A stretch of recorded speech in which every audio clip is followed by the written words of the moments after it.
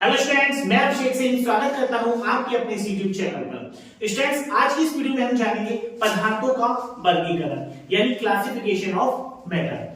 आपका कोई भी बोर्ड का एग्जाम हो, कोई भी कंपटीशन का एग्जाम हो, उस पॉइंट्स ऑफ व्यू से ये बहुत ज्यादा इंपॉर्टेंट टॉपिक है। आइए वीडियो शुरू करते हैं। सबसे पहले हम बात करते हैं पदार्थों का वर्गीकरण यानी क्लासिफिकेशन ऑफ मैटर। इसमें हमें सबसे पहले ये पता होना चाहिए कि पदार्थ क्या होता है। आप सुनते आ रहे हो कि कोई भी पदार्थ क्या होता है, लेकिन पता है पदार्थ क्या होता है? पदार्थ आप ऐसे डिफाइन कर सकते हो जैसे संसार में कोई भी वस्तु, कोई भी चीज है संसार में, कोई भी चीज है संसार में जो स्थान घेर रही है, जो स्थान घेर रही है और जिसमें द्रव्यमान हो या ऐसे करो जिसका वजन किया जा सकता है, वो क्या है? पदार्थ। या ऐसे भी बोल सकते हो जैसे हमारी जो ज्ञानेंद्रियां होती है, जितनी भी 5 होती है ना, तो ज्ञानेंद्रियों की सहायता से हम जिसे महसूस कर सकें वो क्या है? पदार्थ। मैंने कहा एग्जाम्पल आप देखिए, ये मार्कर है, ये मार्कर को हम वैसे, ये मार्कर पदार्थ है, स्थान भी घेर रहा है, ठीक है, स्थान भी घेर रहा है, इसका द्रव्यमान भी होगा। अब इसे जैसे ज्ञानेंद्रिय, हमारी त्वचा एक ज्ञानेंद्रिय है, अगर हम त्वचा की सहायता यहाँ इसे टच कराएंगे तो क्या है? हमें महसूस हो रहा है ना, तो इसलिए क्या है? क्या है? पदार्थ। लेकिन हमने कहा अच्छा ये बताइए, जब मेरी कोई भी हमारी जैसे कोई भी चीज होती है, हमारी जो भीतरी इच्छा है जैसे, ठीक है, इच्छा है यानी कोई भी चीज हमारी इमोशंस है, यानी तो ये क्या पदार्थ है? क्या इमोशंस हमारी त्वचा से टच हो सकते हैं? नहीं हो सकते ना, तो ये पदार्थ नहीं है, ठीक है, ऐसे समझ लिए। दूसरी, अब पदार्थ तो हम समझ गए, लेकिन हमें यह पता होना चाहिए कि पदार्थ मिलता किस चीज से बनकर है। कोई भी चीज किसी ना किसी चीज से तो मिलकर बनती है ना, कोई भी उसकी मौलिक इकाई तो होती है ना किसी भी चीज की। तो पदार्थ किससे मिलकर बनता है? तो पदार्थ मिलकर बनता है, पदार्थ का सबसे छोटा काम होता है क्या? परमाणु, एटम। ऐसे समझिए, जैसे कोई भी पदार्थ है, कोई भी पदार्थ के इतने उसे इतनी भागों में विभाजित किया कि फाइनली एक ऐसा भाग आएगा जो विभाजन ही नहीं होगा, वही क्या है? परमाणु। क्या है? परमाणु। और दो परमाणु को आपस में जोड़ देंगे तो क्या बन जाएगा? अणु। और दो अणुओं को आपस में जोड़ देंगे तो क्या बन जाएगा? पदार्थ।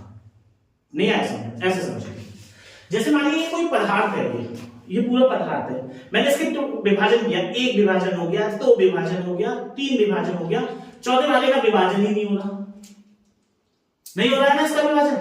अब यही चीज का विभाजित ही नहीं हो रहा है और ये स्वतंत्र अवस्था में भी नहीं रह सकता जब विभाजन नहीं हो रहा है। तो यानी परमाणु की आपने परिभाषा सुनी होगी, वह छोटे से छोटा मौलिक कण जो स्वतंत्र अवस्था में नहीं रह सकता, क्या कहलाता है? और अविभाज्य कण क्या कहलाता है? परमाणु कहलाता है। तो ये अविभाज्य हो गया, यानी इसका विभाजन ही नहीं हो रहा है और छोटे से छोटा कण है और स्वतंत्र अवस्था में भी नहीं रह सकता, तो ये क्या हो गया? परमाणु।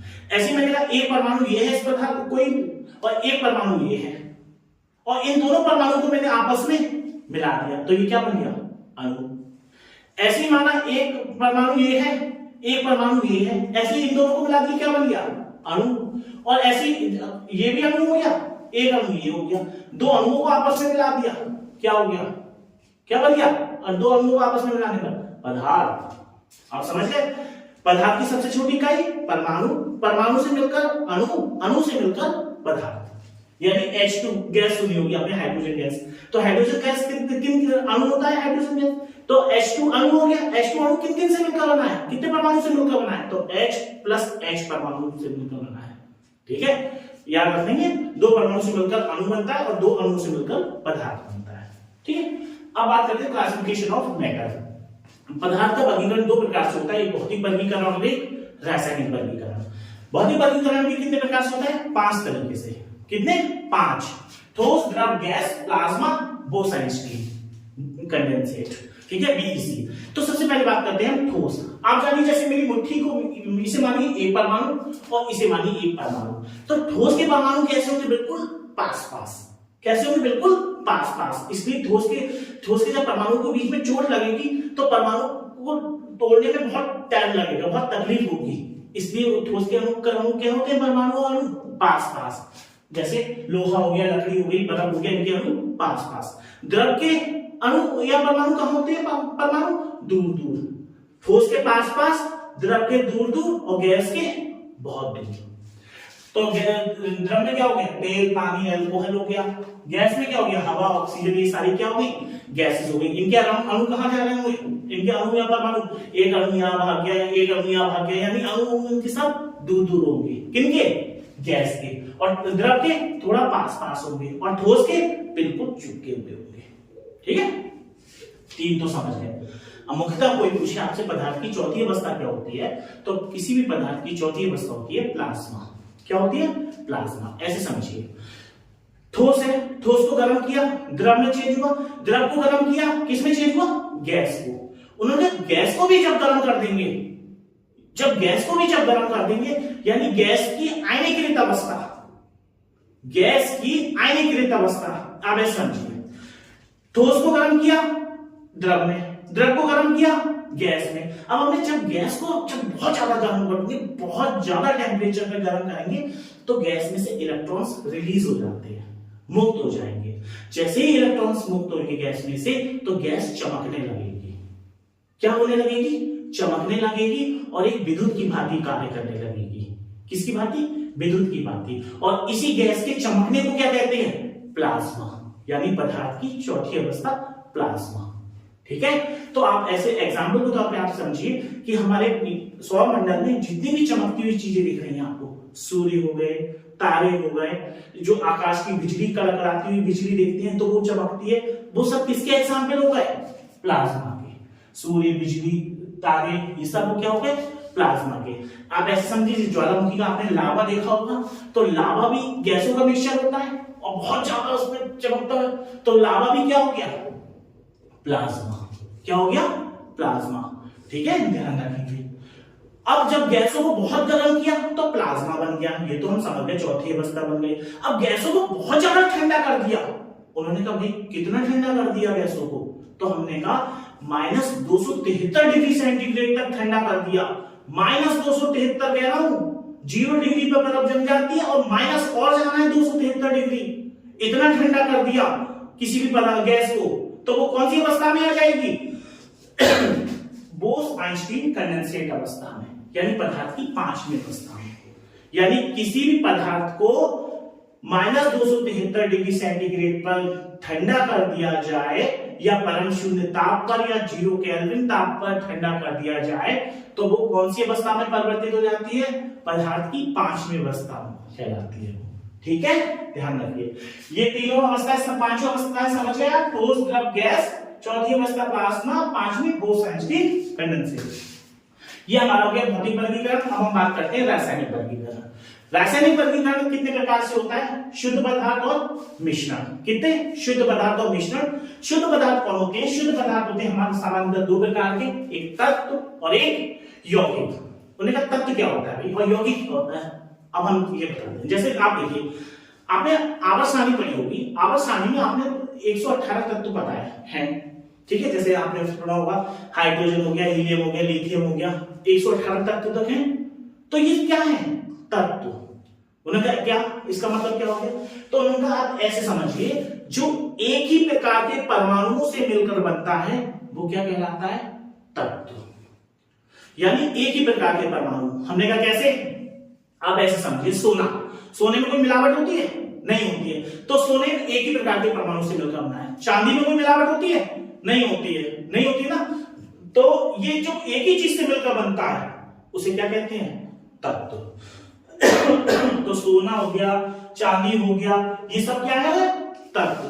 तत्व भी दो प्रकार के होते हैं, एक धात्विक और एक अधात्विक। आप ऐसे समझिए, जैसे आपने आवर्त सारणी में 118 तत्व पढ़े होंगे, तो 118 में कुछ धातुएं भी हैं और कुछ अधातु भी है। अब बात यहां आ रही है कि हम पहचाने कैसे कि धातु कौन है, अधातु कौन है।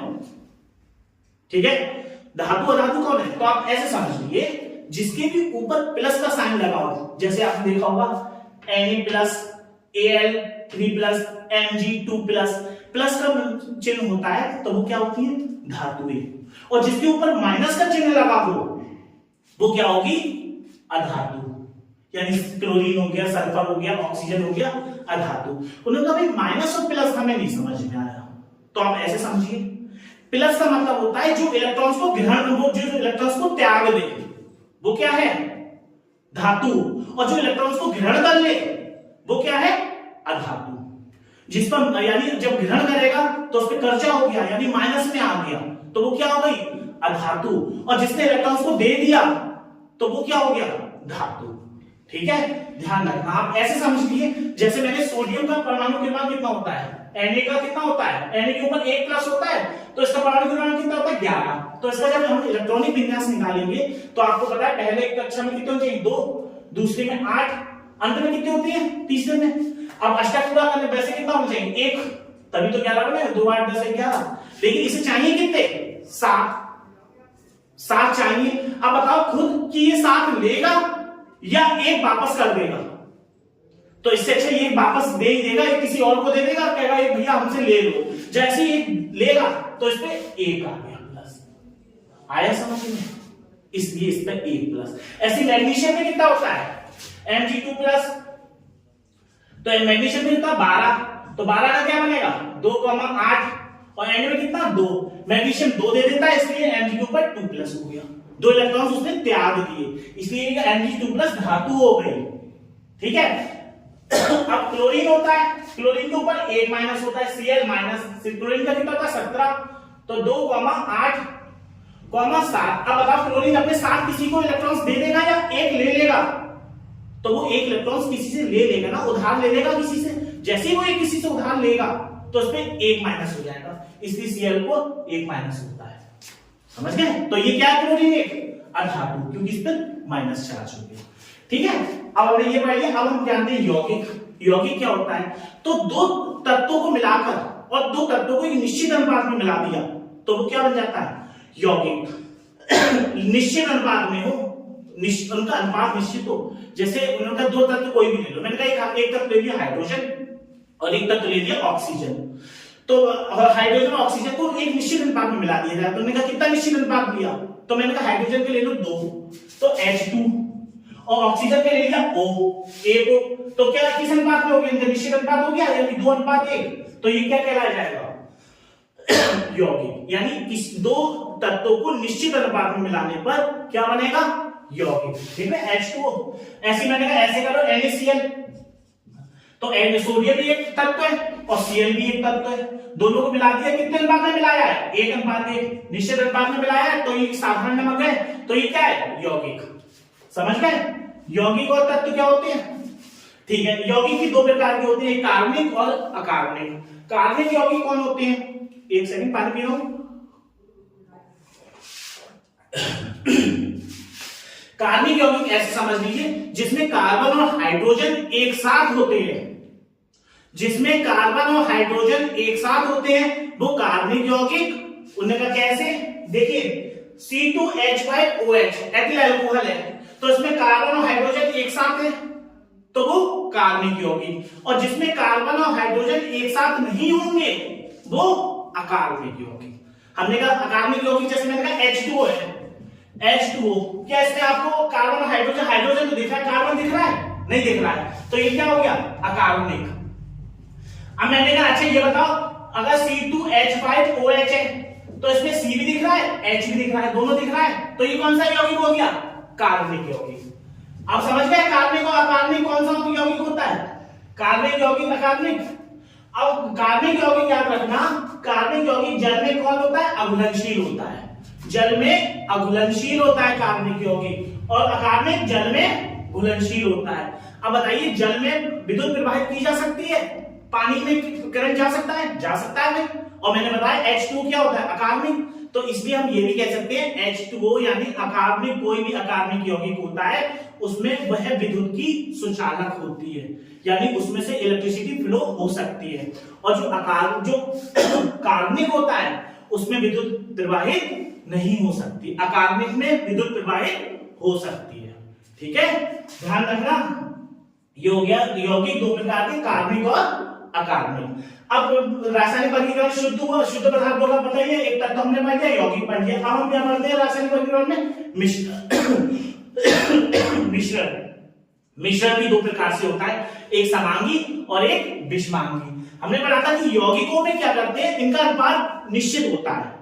निश्चित अनुपात में 2 तत्वों को मिला दिया तो यौगिक बन गया। अब मिश्रण में कोई अनुपात ही निश्चित नहीं है। पता चले हम खिचड़ी बना रहे हैं, चावल डाल दिए इतने, सब्जी डाल दी इतनी, पता चले मेरी जगह किसी और को पसंद है कि चावल पता उसे इतने पसंद है, सब्जी इतनी पसंद है, तो भाई इनका अनुपात निश्चित है नहीं है। शरबत है, शरबत तो कोई ज्यादा मीठी पिएगा, कोई कम मीठी पिएगा, तो क्या है ये मिश्रण हो गया। समझ गए? तो मिश्रण भी दो प्रकार का होता है, एक समांगी और एक विषमांगी। आप ऐसे समझिए समांगी मिश्रण क्या होता है, जैसे मेरे हाथ में आप पानी देख रहे हो, ठीक है, इस पानी में मैंने नमक डाल दिया, इस पानी में नमक डाल दिया। अब जैसे नमक है, अब नमक है जैसे कि डालूंगा, देखना जैसे नमक डालूंगा तो आपको नमक और पानी अलग अलग कर सकते हो क्या? नहीं कर सकते हो, अलग अलग नहीं, या दिख ही नहीं रहा है इसमें नमक और पानी घुल गया, तो ये कौन सा मिश्रण होगा? समांगी। क्या आंसर? समांगी मिश्रण। या आप ऐसे समझ लीजिए, जो पीतल होती है, पीतल वस्तु होती है, वो किनसे मिलकर बनती है? तांबा और जिंक से मिलकर बनती है। क्या उसमें तांबा और जिंक अलग अलग हो जाएगा? दिखता है आपको? नहीं दिखता है ना, अलग अलग। तो तांबा, ये कौन सा मिश्रण हो गया? मिश्र धातु कौन सा मिश्रण होती है? समांगी मिश्रण का। ठीक है, अब बात करते हैं विषमांगी मिश्रण कौन सा होता है। विषमांगी मिश्रण ऐसा होता है जिसमें किसी भी घोल में से वो अलग अलग दिख जाए। जैसे रेत है, अब जैसे मेरे हाथ में ये रेत भी है, देख लो। अब ये पानी है, जैसे कोई पानी, एक और लेते हैं, थोड़ा सा पानी लिया, अब इस पानी में से मैंने रेत डाल दिया, दिख रहा है रेत? देखो दिख रहा है ना, तो ये कौन सा मिश्रण हो गया? विषमांगी मिश्रण। आया समझ में? समांगी और विषमांगी। समांगी मिश्रण जिस घोल में से ना दिखे पार्टिकल, यानी घुल जाए अच्छे से, वो समांगी, और जिसमें से दिखने लगे वो विषमांगी। अब एक बार फास्ट जल्दी से देख लेते हैं। बताते हुए ठोस के बहुत परमाणु आसपास, जल के बहुत थोड़ी सी दूर, और गैस के बहुत दूर, और प्लाज्मा, गैसों को बहुत गर्म कर दिया तो प्लाज्मा बन गया, और गैसों को बहुत ठंडा कर दिया तो वो साइंटिफिक कंडेंसेट बन गया। अब रासायनिक वर्गीकरण दो प्रकार का, शुद्ध और मिश्रण। शुद्ध में दो प्रकार के तत्व होता है। तत्व भी कितने प्रकार? तत्व जो रासायनिक 118 तत्व दो प्रकार के, धात्विक और अधात्विक, यानी धातु और अधातु। ठीक है, और यौगिक यानी दो तत्वों को मिलाकर यौगिक बन जाता है, निश्चित अनुपात है। और यौगिक भी दो प्रकार के, कार्बनिक और अकार्बनिक। कार्बनिक यौगिक ऐसे यौगिक जिसमें कार्बन और हाइड्रोजन एक साथ होते हैं, वो कार्बनिक, और जिसमें कार्बन और हाइड्रोजन एक साथ नहीं होते हैं, वो अकार्बनिक। अकार्बनिक में विद्युत प्रवाहित की जा सकती है, और कार्बनिक में विद्युत प्रवाहित नहीं की जा सकती। जितनी भी हमारे शरीर की प्रोटीन होती है वो क्या है? कार्बनिक। और कार्बनिक ऐसे भी समझ सकते हो, कार्बनिक होती है सजीवों से, लिविंग थिंग्स से कार्बनिक, और नॉन लिविंग से जितनी भी होती है वो अकार्बनिक। ठीक है, अब बात करते हैं मिश्रण में। मिश्रण में कितने प्रकार के? दो प्रकार के मिश्रण होते हैं। एक समांगी, जिसमें कोई भी चीज घुलने पर नहीं दिखे, वो समांगी मिश्रण, और जिसमें घुलने पर अच्छे तरीके से दिख जाए, वो कौन सा मिश्रण? विषमांगी मिश्रण। ठीक है, ये वीडियो हमारी पूरी कवर हो गई। इस पूरे टॉपिक को एक बार अच्छे से स्क्रीनशॉट ले लेना, अच्छे से समझना, और अगली वीडियो में किस टॉपिक पे बनाऊं उसके लिए मुझे कमेंट करना। तब तक अपना ध्यान रखिए। धन्यवाद।